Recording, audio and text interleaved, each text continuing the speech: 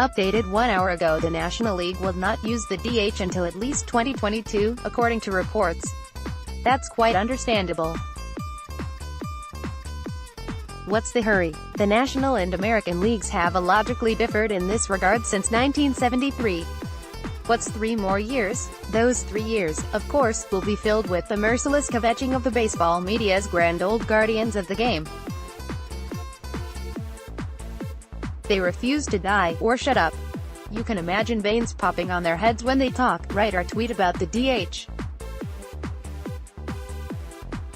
Prime examples are ESPN's Keith Olbermann, MLB Network's Bob Costas, MLB Network's Brian Kenny and Pirates announcer Greg Brown. Each acts as if universal use of the DH would make Abner Doubleday spin in his grave because his invention got so badly bastardized. If Doubleday does, indeed, maintain view of this mortal coil, he became ashamed of baseball long ago. I'm apathetic about the DH because I'm mostly apathetic about baseball. It means another bad hitter in the Pirates lineup, another good hitter in most other teams.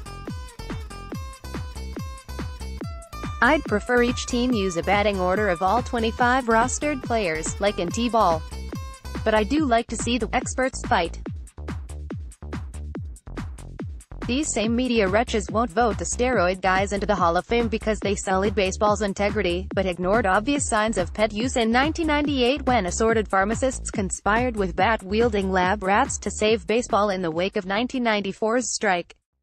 Nobility had to wait, but it's since been brandished like a club. Imagine if Barry Bonds came back to DH in the National League. You could see heads explode. Bonds might merely get bigger, again. Hey, it worked once. Anti-DH forces decry the elimination of managerial strategy. The bunt and 2-for-1 switch are minimized.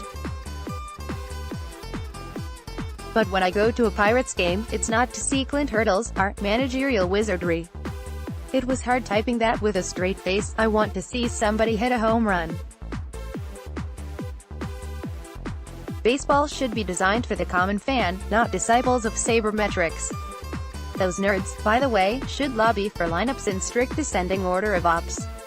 That, and only that, would fully harvest metrics. Why doesn't a bad team try that? Hey, Clint, then again, the Pirates only hit 157 home runs last year, the 6th lowest total in MLB. Perhaps they should bunt more. Except analytics say bunting is stupid.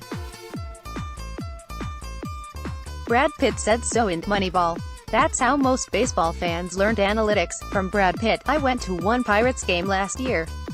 Neither manager made a 2-for-1 switch, so I didn't go back. No hit and runs, either. I nearly rioted. Does anyone watch MLB to see strategy play out? Are you that geeky? Save that for a PBA, or Strato-Matic. My method of consuming MLB is to watch the last 3 to 4 innings of a close game on TV, preferably sandwiched by that 70s show, reruns. Part of what made the gang so cool was that they never watched or played baseball. Even my Reader's Digest version of baseball becomes numbing if there's too many pitching changes. So, turning semi-serious for a second, I'm for anything that shortens games. Many fans love that baseball has no clock, and games are played at a leisurely pace. I understand, but that's what doesn't interest me. I'm a soccer addict for many reasons, but it's a major plus that every Premier League game lasts under 2 hours, and the action is non-stop. In 2018, the average MLB game took over 3 hours to play. Not enough of that time is spent with the ball in play. It's senseless for the two leagues to have any different rules, but what's decided about the DH doesn't concern me. But a 3-batter minimum for each pitcher, further limiting mound visits and a 20-second pitch clock with the bases empty all strike me as adjustments that can shave time. So I vote yes. I do hope the National League uses the DH, just to see Brown's reaction.